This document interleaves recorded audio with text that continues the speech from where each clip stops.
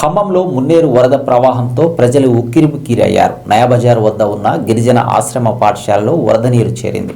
దీంతో విద్యార్థినీలకు నీళ్లు, ఆహారం అందలేదు. విషయం తెలుసుకున్న అన్నం ఫౌండేషన్ శ్రీనివాసరావు విద్యార్థులకు నీళ్లు, ఆహారాన్ని అందించారు. అతి కష్టం మీద ఆశ్రమానికి చేరుకున్న వారు విద్యార్థులకు ఆహారం అందించారు. ఈ సందర్భంగా అన్నం సేవలను స్థానికులు అభినందిస్తూ కొనియాడారు.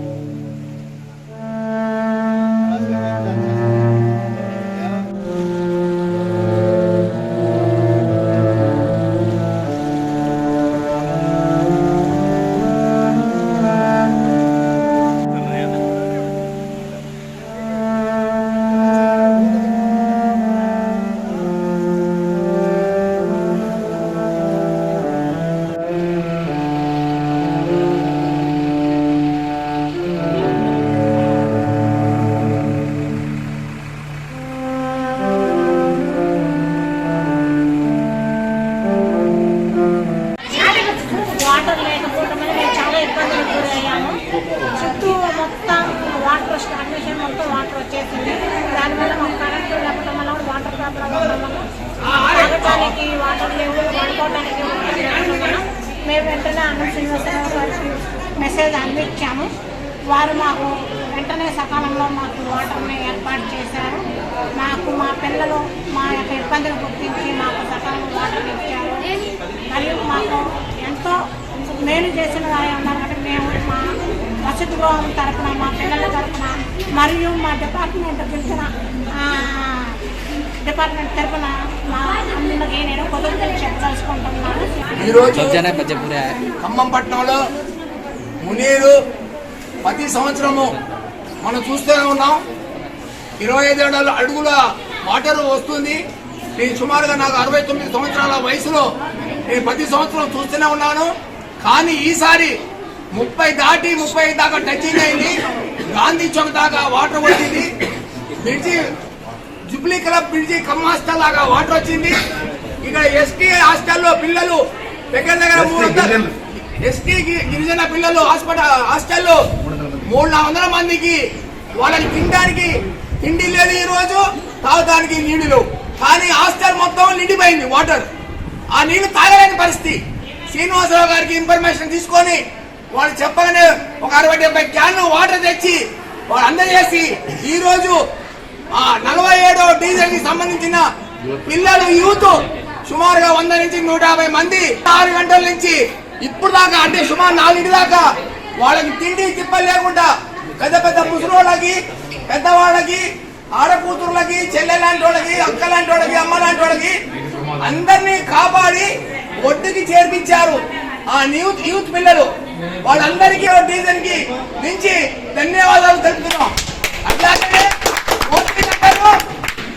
వెంకటేశ్వర నగరు, ఇడ్లీపుర ఈ అన్ని ముంగిపోవడంలో ఈ పిల్లల కష్టం ఎంత ఇంత లేదు. గవర్నమెంట్ ఇలాంటి యూతులకి చూసి వాళ్ళకి ఏదో ఒక దారి చూపెడితే ఇంకా జనాలకు ఉపయోగపడతారు. ఈ పిల్లలకి తాగడానికి నీళ్లు, శ్రీనివాసరావు గారి త్యాగం, శ్రీనివాసరావు గారు చేసే కష్టం నేను అనుకున్నాను. సచ్చిన వాళ్ళనే కాపాడుతున్నా అనుకుంటున్నాను, కానీ బతికిన వాళ్ళు కూడా కాపాడుతుంది పెద్ద మనిషి. అలాంటి శ్రీనివాసరావు గారిని ఖమ్మం పట్ల ఉన్న ప్రజల మొత్తం ధన్యవాదాలు.